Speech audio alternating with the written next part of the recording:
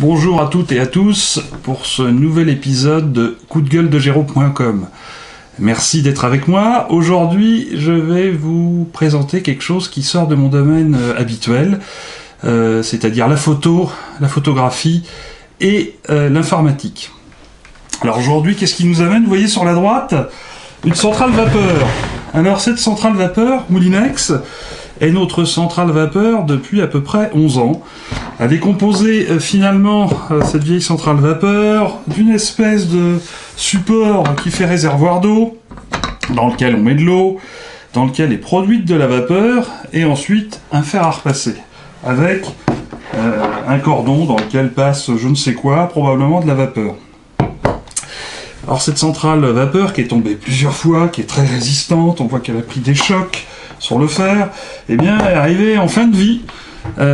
Toute bonne chose ayant une fin, elle est arrivée en fin de vie et elle est tombée en panne. Et je me suis dit, plutôt que de la mettre hors cyclage et d'en acheter une autre, on peut peut-être regarder pourquoi elle fonctionne pas. En l'ouvrant, même avant de l'ouvrir, je me suis aperçu rapidement que c'était simplement le bouton marche-arrêt qui était en panne. C'est un petit bouton marche-arrêt avec un petit voyant qui indique si c'est sous tension. J'ai pas pris la peine de chercher ou de chercher à remplacer ce bouton qui est un peu particulier, mais qui, je pense, doit se trouver en pièces détachées. Et j'ai inspecté un petit peu l'intérieur et j'ai simplement bypassé le bouton marche-arrêt pour avoir une centrale vapeur qui marche en permanence, sitôt qu'on la branche avec le cordon électrique. J'ai pu observer l'intérieur, bon, qui a subi les affronts de l'âge, avec des traces de calcaire, de fuite de la cuve, mais bon, l'appareil, il est vieux aussi. Donc c'est composé, cet appareil, en fait, d'une cuve, hein, une espèce de mini cocotte minute, dans lequel on met de l'eau, dans lequel il y a un élément chauffant, dans lequel de la vapeur est fabriquée, et ensuite cette vapeur est acheminée jusqu'à la partie fer de la centrale vapeur. Il fallait quand même si cette centrale est réparée, elle n'est pas tellement utilisable pour des raisons de sécurité, puisqu'on ne sait pas si elle est sous tension ou pas, en acheter une deuxième. Donc j'ai demandé à mon épouse Anneke quel type de centrale vapeur elle souhaitait, et si elle m'autorisait à m'en occuper. Donc j'ai eu une délégation pour pouvoir m'occuper de la centrale vapeur et de la choisir. Or, on est au mois de janvier, c'est les soldes, je suis passé chez Leclerc en faisant les courses, et j'ai été au rayon électroménager, et j'ai regardé les centrales vapeur, et dans les soldes, il y avait une centrale vapeur affichée à 99 €, soldée 49. Donc je vais vous montrer ce que je vais acheter. Je mets cette vieille centrale vapeur de côté pour vous présenter le nouvel achat. Une très belle centrale vapeur de marque Moulinex, il n'y a pas de raison, hein. On a des choses qui fonctionnent bien, donc on a une marque qui fonctionne plutôt bien, autant la garder, et on retrouve finalement au déballage un fer qui est à peu près semblable à l'ancien, le passe-fil est le même, le tuyau est très ressemblant, pareil, hein, on a vraiment beaucoup de choses qui se ressemblent, le voyant est du même type, voilà, on a quelque chose qui est très très ressemblant. Et puis, donc on voit qu'on a une semelle anti-glisse avec de nombreux trous pour la vapeur, quelque chose de très bien. Alors il y a quand même quelque chose qui surprend, c'est à l'ouverture, effectivement, là il y a un petit peu d'eau dans le réservoir, on voit que le réservoir est transparent.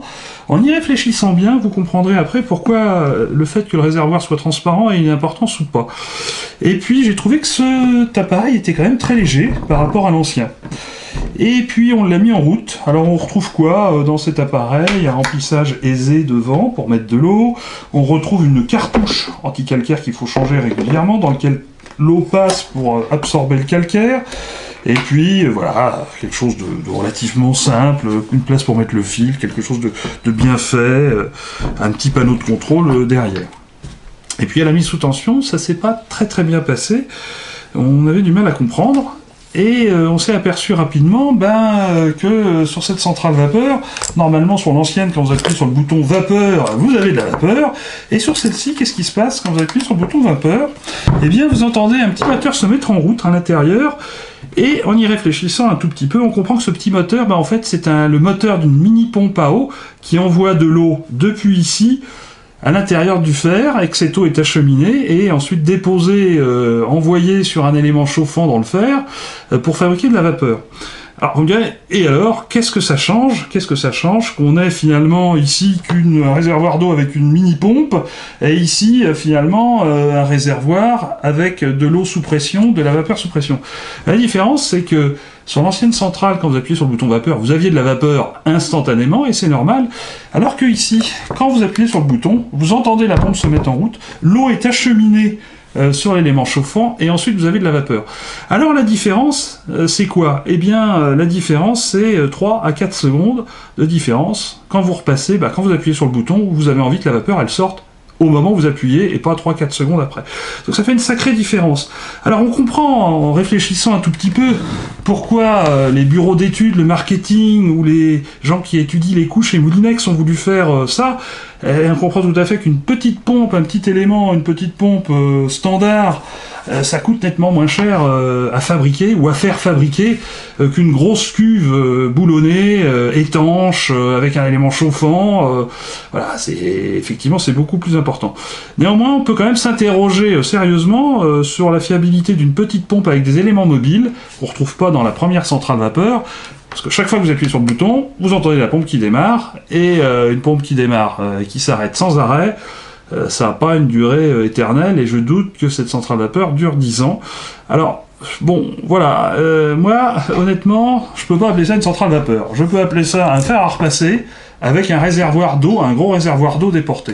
Mais néanmoins, c'est dommage. Alors me direz-vous, vous aviez qu'à regarder, après tout il y a peut-être plusieurs gammes, pourquoi vous n'avez pas regardé la gamme? Je suis désolé, sur tous les sites internet comme Boulanger ou Darty, dans les descriptions que vous avez le temps à laquelle la vapeur arrive, et on comprend que c'est un argument marketing.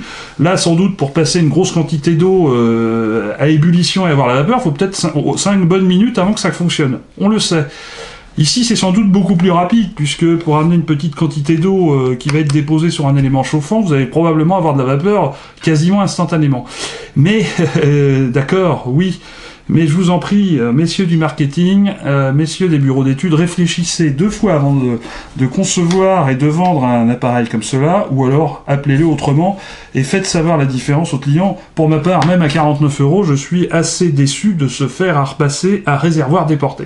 Voilà. Eh bien écoutez, c'est terminé, j'espère que j'ai pas été trop long. À bientôt pour un nouvel épisode de Coup de gueule de Jérôme.com.